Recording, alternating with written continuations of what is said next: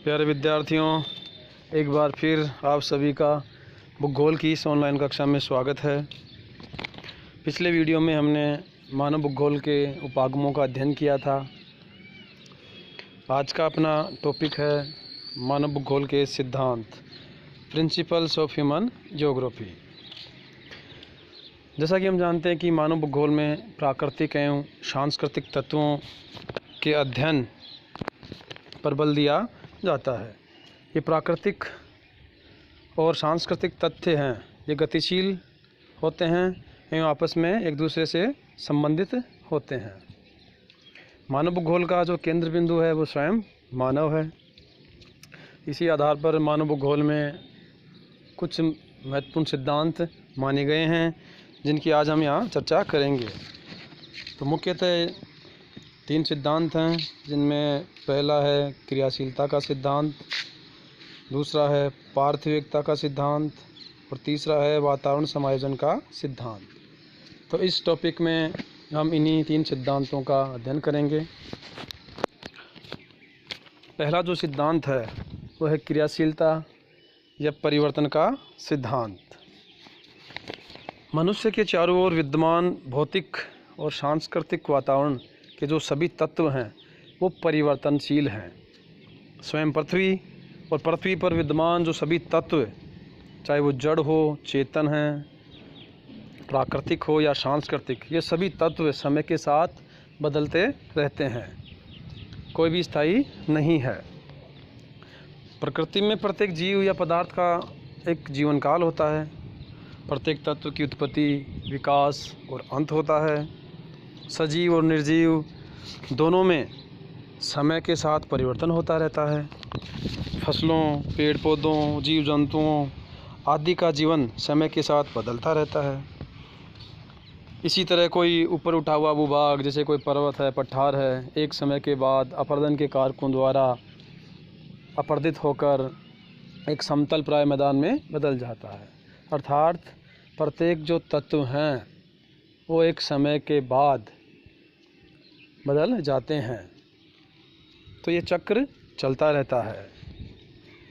Gene ब्रुन्स मोदे ने बताया कि प्रत्येक वस्तु या तो बढ़ रही है या घट रही है।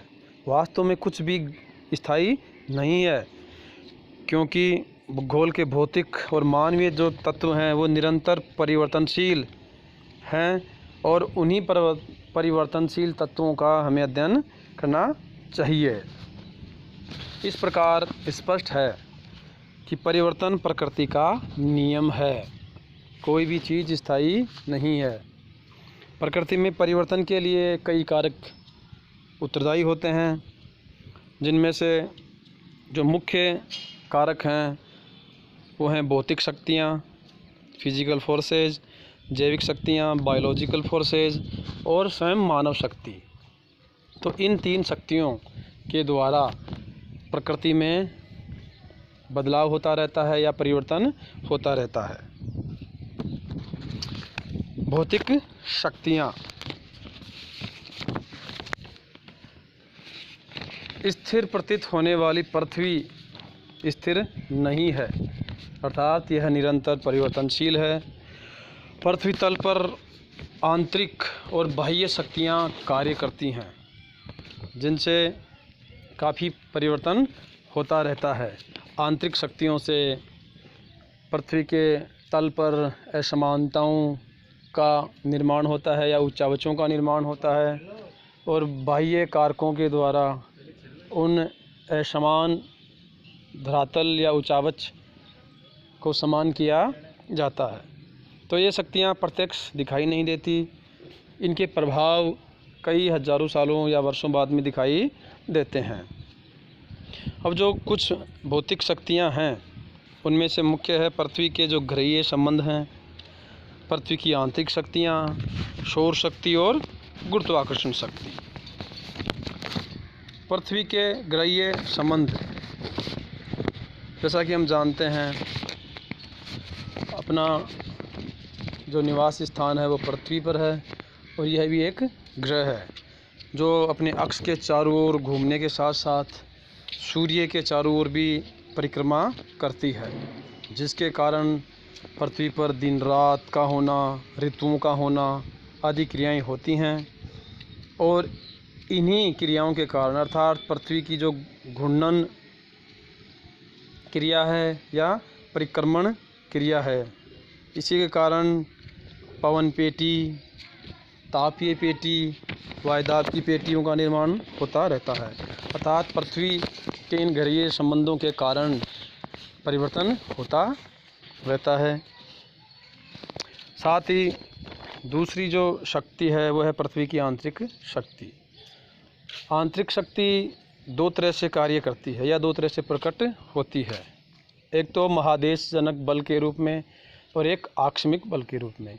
महादेशजनक बल का तात्पर्य है कि यह बल धीरे धीरे कई वर्षों में कार्य करता है या इसका जो परिणाम है कई हजारों या कई वर्षों में जाकर दिखाई देता है। जैसे कि पर्वतों का निर्माण होना, किसी स्थल भाग का ऊपर उठना या नीचे धंसना, ये क्रियाएं धीरे धीरे होती हैं।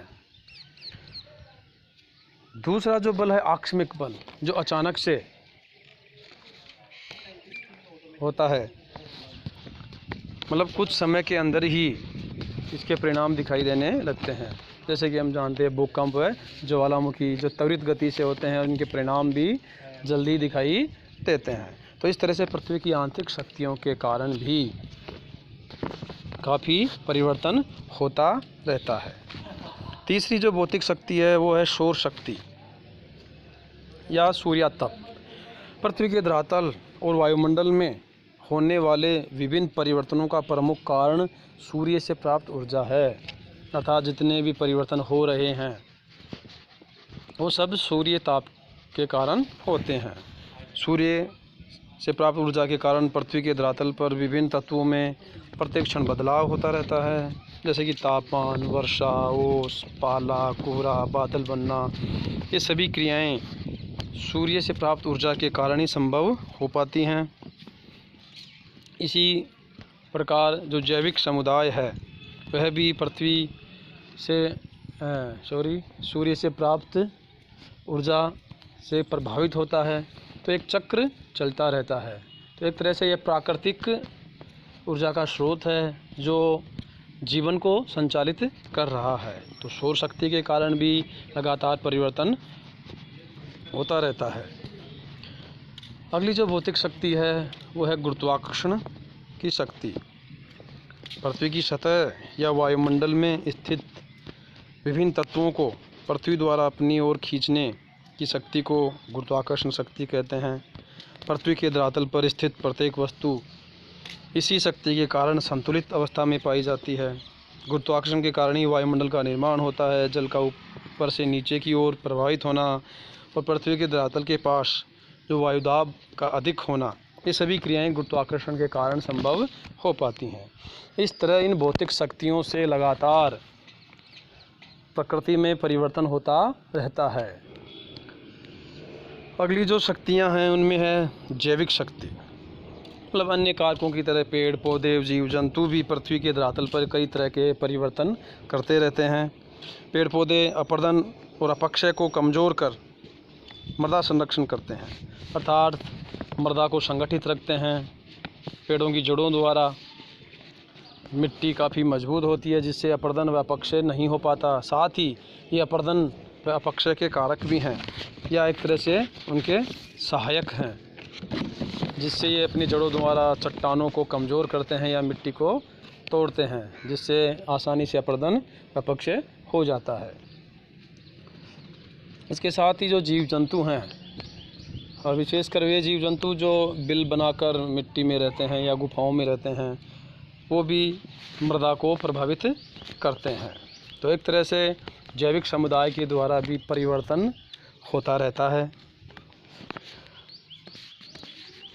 अगला है मानव शक्ति। स्वयं मानव भी एक सक्रिय भौगोलिक कारक है जो लगातार प्रकृति में परिवर्तन करता रहता है। यह अपनी विभिन्न क्रियाओं के द्वारा कई तरह के कार्य करता है और अपने सांस्कृतिक वातावरण का निर्माण करता है। मनुष्य अपनी बुद्धि, कौशल और चिंतन के द्वारा प्राकृतिक वातावरण में अपने अनुकूल परिवर्तन करने की कोशिश करता रहता है। जो भी हमें इस प्राकृतिक वातावरण में निर्मित सांस्कृतिक वातावरण दिखाई दे रहा है, जो कृत्रिम वातावरण दिखाई दे रहा है, वो सब मानव निर्मित है। जो भी नगर हैं, महानगर हैं, कृषि है, व्यापार, सड़क, रेल मार्गों का निर्माण, नहरों का निर्माण, बांधों का निर्माण आदि जो भी नए नए आविष्कार हो रहे हैं, नई नई संरचनात्मक ढांचे खड़े किए जा रहे हैं, ये सभी मानव निर्मित हैं। तो एक तरह से मानव भी इस प्रकृति में परिवर्तन कर रहा है। तो इस तरह से हम कह सकते हैं कि परिवर्तन का या क्रियाशीलता का जो सिद्धांत है, उसका सारांश यही है कि प्रकृति में कुछ भी स्थायी नहीं है, सभी तत्वों में परिवर्तन होता रहता है।